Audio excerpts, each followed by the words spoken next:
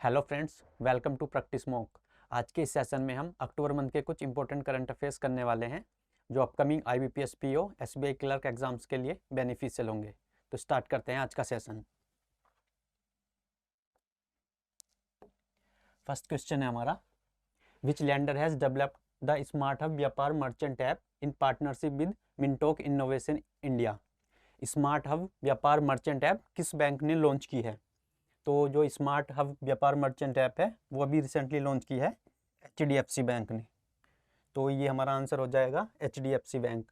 और ये smart hub Vyapar merchant app जो है ये मर्चेंट्स के लिए स्टार्ट की है। और जो चैटबॉट है ईवा नाम का HDFC बैंक का, उसके थ्रू 24/7 सपोर्ट मिलेगा मर्चेंट्स को इस ऐप के थ्रू। और HDFC बैंक की हम बात करें तो इसका हेडक्वार्टर है मुंबई में, हेडक्वार्टर है HDFC बैंक का। और इसके MD एंड CEO जो हैं HDFC बैंक के प्रेजेंट में, वे हैं मिस्टर शशिधर जगदीशन। शशिधर जगदीशन इसके MD एंड CEO हैं। और ऐप की बात करें तो हम एक फेमस ऐप और है योनो। योनो ऐप जो है वो SBI बैंक की है। योनो की फुल फॉर्म होती है यू ओनली नीड वन। और ये 2017 में लॉन्च की थी SBI ने। और एक और फेमस ऐप है आई मोबाइल। और आई मोबाइल ऐप जो है वो है ICICI बैंक की। मूव करते हैं नेक्स्ट क्वेश्चन पे। The union government has formed a 3-member panel to examine the scheduled caste status of Dalit post conversion. Who among the following will head the panel? अभी recently union government ने एक panel बनाया है जो दलित के status को post conversion के बारे में बताएगा। तो इसका चेयरपर्सन कौन होगा इस पैनल का? तो इस पैनल का चेयरपर्सन होंगे KG बालकृष्णन। और ये जो पैनल बनाया गया है, स्टार्टिंग में जो SC कैटेगरी वाले होते हैं वो केवल हिंदूज में से हो सकते थे, लेकिन जो कॉन्स्टिट्यूशन SC सुप्रीम को शेड्यूल कास्ट ऑर्डर 1950 था, उसमें बाद में अमेंड करके सिख को और बाद में उसमें बुद्धिस्ट को भी ऐड किया गया था। और अभी जैसे कुछ लोग ऐसे हैं जो पहले SC कैटेगरी में आते थे लेकिन वो कन्वर्ट होकर दूसरे रिलीजन में चले गए थे, तो वो अभी बोल रहे हैं कि हमें फिर से SC कैटेगरी का दर्जा दिया जाए। तो उसके लिए गवर्नमेंट ने एक पैनल बनाया है जिसको KG बालकृष्णन चेयर करेंगे। और जो KG बालकृष्णन है ये 37th chief justice of India रह चुके हैं। और इस टाइम पे जो हमारे 49th chief justice of India हैं वे हैं Uday Umesh Lalit.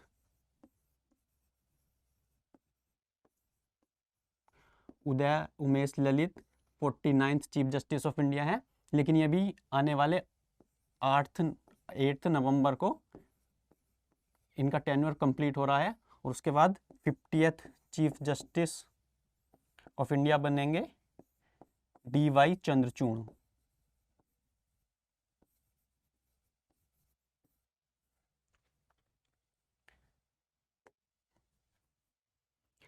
When is Indian air force day observed annually? Indian air force day कब मनाया जाता है? तो इंडियन एयरफोर्स जो इस्टेब्लिश हुई थी वो हुई थी 8 अक्टूबर 1932 को। एंड 1932 में ब्रिटिश एम्पायर ने ये इस्टेब्लिश की थी 8 अक्टूबर को।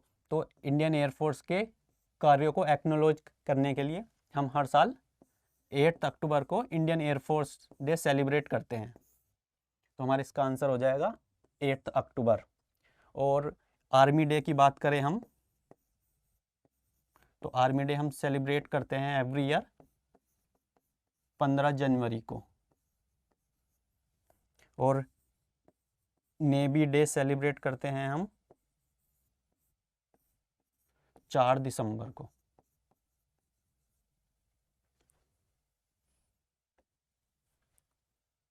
Which state former chief minister Mulayam Singh Yadav has passed away recently. Mulayam Singh Yadav जो एक पॉलिटिशियन थे, उनके अभी निधन हो गया रिसेंटली, तो वो किस प्रदेश के मुख्यमंत्री रहे हैं? तो मुलायम सिंह यादव जो थे वो उत्तर प्रदेश के 3 बार मुख्यमंत्री रहे थे। और जो मुलायम सिंह यादव थे वो एक टीचर थे, और वहाँ से अपना शिक्षण कार्य को छोड़कर इन्होंने राजनीति में कदम रखा और समाजवादी पार्टी की स्थापना की। और उसके बाद ये 3 बार उत्तर प्रदेश के मुख्यमंत्री रहे, और इन्होंने डिफेंस मिनिस्टर ऑफ इंडिया भी रह चुके थे ये। और अभी रिसेंटली इनका निधन हो गया अक्टूबर मंथ में।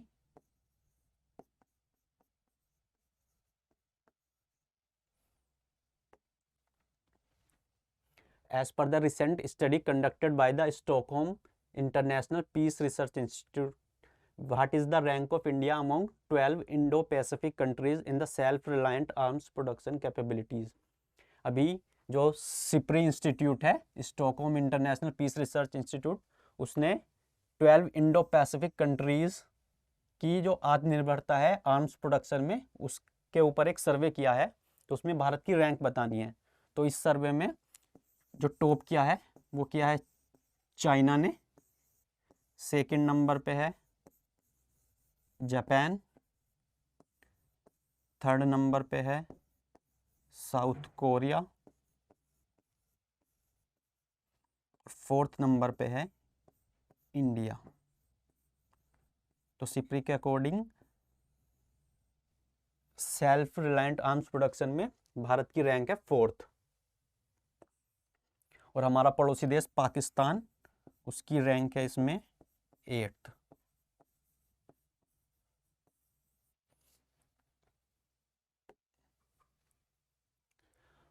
Who among the following has become the first Indian woman to win ICC Player of the Month award? पहली महिला कौन बनी है भारतीय जिसने अभी ICC Player of the Month award जीता है? तो पहली भारतीय खिलाड़ी जो महिलाओं में बनी है ICC Player of the Month award जीतने वाली, वो बनी है हरमनप्रीत कौर। और इन्हें ये सितंबर मंथ के लिए अवार्ड मिला है। और सितंबर में जो ICC man player of the month award मिला है वो मिला है मोहम्मद रिजवान को। ये पाकिस्तान के प्लेयर हैं। और ICC player of the month award जीतने वाले जो विश्व के पहले प्लेयर थे वो थे हमारे Rishabh Pant.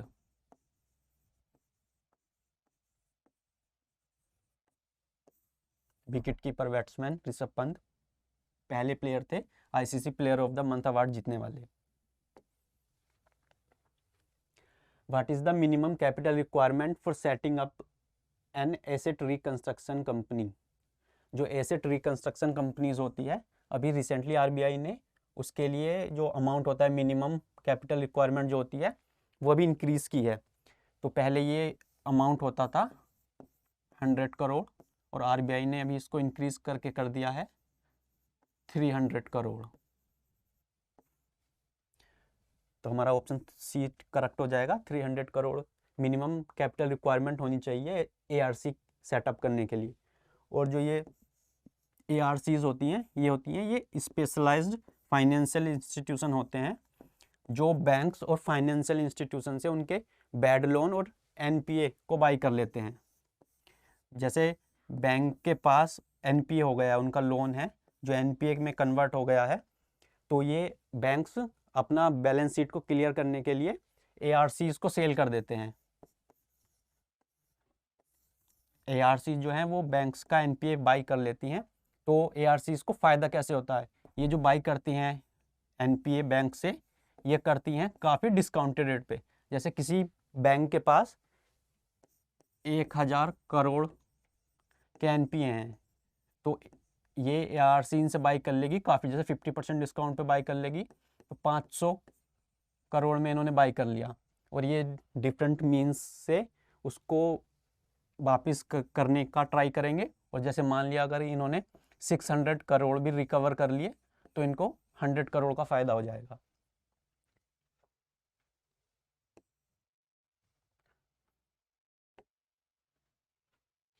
Ministry of coal has targeted to achieve how many millions tons of coal gasification by 2030। जो मिनिस्ट्री ऑफ कोल ने है उसने कोल गैसिफिकेशन का क्या टारगेट रखा है 2030 तक अचीव करने के लिए, तो ये इन्होंने रखा है 100 मिलियन टन का। मिनिस्ट्री ऑफ कोल ने 100 मिलियन टन कोल गैसिफिकेशन का टारगेट रखा है 2030 तक। और इस टाइम जो हमारे कोल मिनिस्टर हैं वो है mister Prahlad Joshi.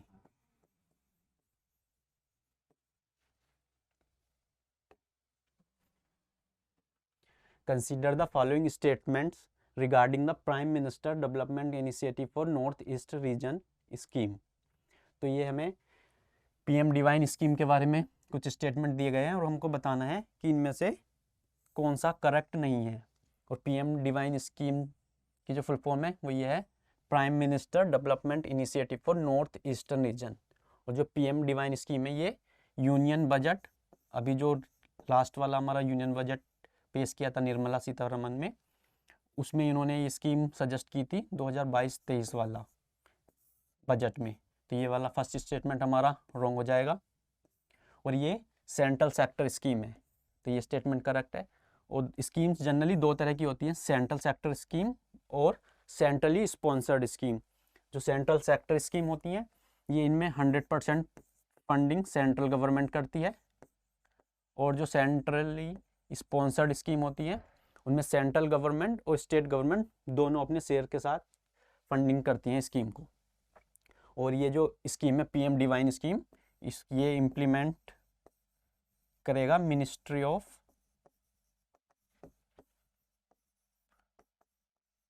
Donor, ministry of development of north eastern region. तो ये हमारा पहला स्टेटमेंट गलत हो जाएगा, दूसरा करेक्ट हो जाएगा और तीसरा करेक्ट हो जाएगा। तो इसका आंसर हो जाएगा हमारा option A, only one statement is incorrect. SEBI has recently reconstituted its Alternative Investment Policy Advisory Committee. The 20-member committee is chaired by। SEBI ने अभी अपनी जो alternative investment policy advisory committee है उसको रिकॉन्स्टिट्यूट किया है और उसका जो चेयरमैन है वो किसे बनाया गया है। तो SEBI ने अपना AIPAC का चेयरमैन बनाया है NR नारायण मूर्ति को। और आपको याद दिला दे, जो NR नारायण मूर्ति हैं ये इन्फोसिस जो IT कंपनी है इन्फोसिस उसके फाउंडर हैं। इन्फोसिस का हेडक्वार्टर बेंगलुरु में है। और अभी रिसेंटली NR नारायण मूर्ति के सन इन लॉ जो हैं ऋषि सुनक, वो UK के प्राइम मिनिस्टर बने हैं, prime minister of UK। Rishi Sunak ये नारायण मूर्ति के सन इन लॉ हैं। President Draupadi Murmu has recently inaugurated a super computer facility at the Indian Institute of Technology Guwahati in Assam. अभी हमारी जो प्रेसिडेंट हैं द्रौपदी मुर्मू, उन्होंने एक सुपर कंप्यूटर इनोग्रेट किया है IIT गुवाहाटी में। तो उसका नाम बताना है हमें कि कौन सा कंप्यूटर इनोग्रेशन किया है। तो जो द्रौपदी मुर्मू है ये अभी कुछ दिन पहले भारत की 15वीं प्रेसिडेंट बनी थी। और जो उन्होंने सुपर कंप्यूटर IIT गुवाहाटी में लॉन्च किया है उसका नाम है हमारा परम कामरूपा। और इन्होंने एक लेबोरेटरी भी इनोग्रेट किया IIT गुवाहाटी में जिसका नाम है समीर।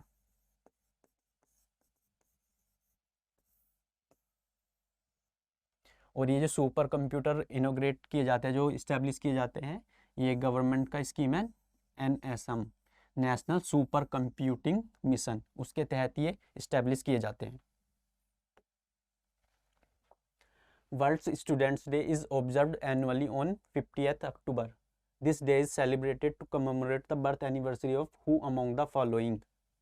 जो वर्ल्ड स्टूडेंट्स डे है वो हर साल हम 15 अक्टूबर को सेलिब्रेट करते हैं। तो ये किसकी बर्थ एनिवर्सरी होती है?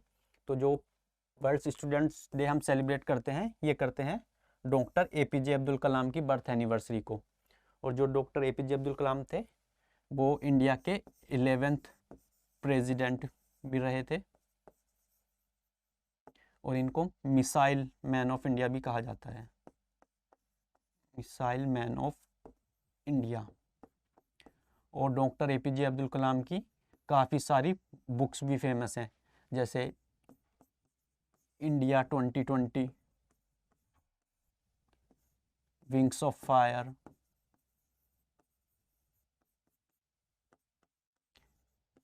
And ignited mind.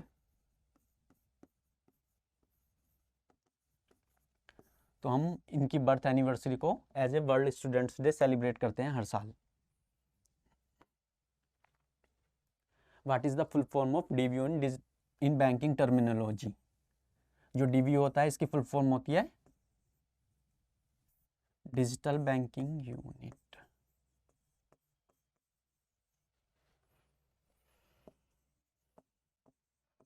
Digital banking unit.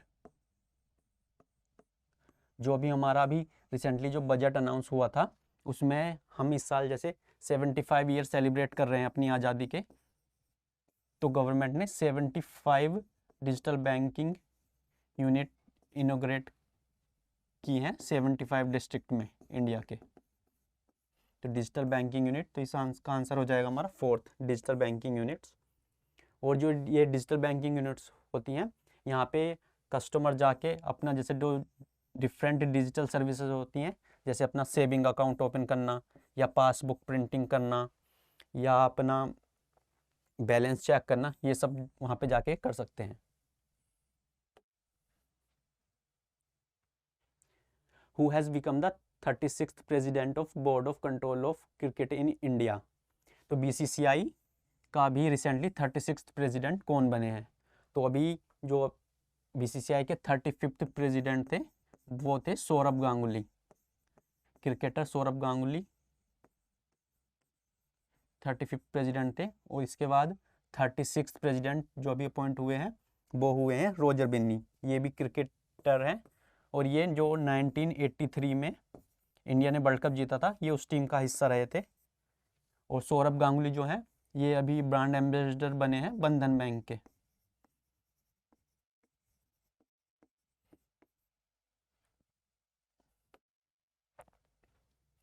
Justice DY Chandrachud has been appointed as the, ये भी हमने पहले देखा था कि जस्टिस DY चंद्रचूड़ भारत के कौन से चीफ जस्टिस ऑफ इंडिया बने हैं? तो ये बने हैं 50th chief justice of India.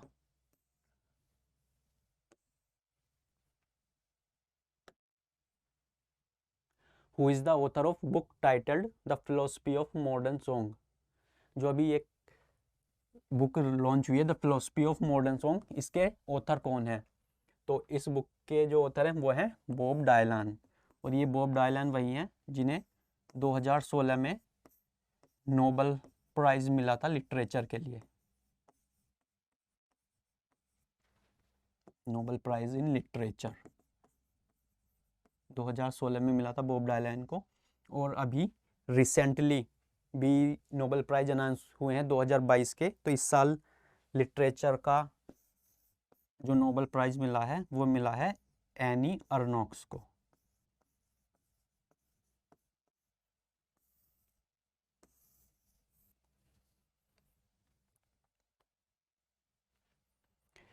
ऐसी ही वीडियो देखने के लिए प्रैक्टिस मॉक चैनल को सब्सक्राइब कीजिए और बेल आइकन को दबा दीजिए जिससे आपको वीडियो के नोटिफिकेशन मिलते रहें।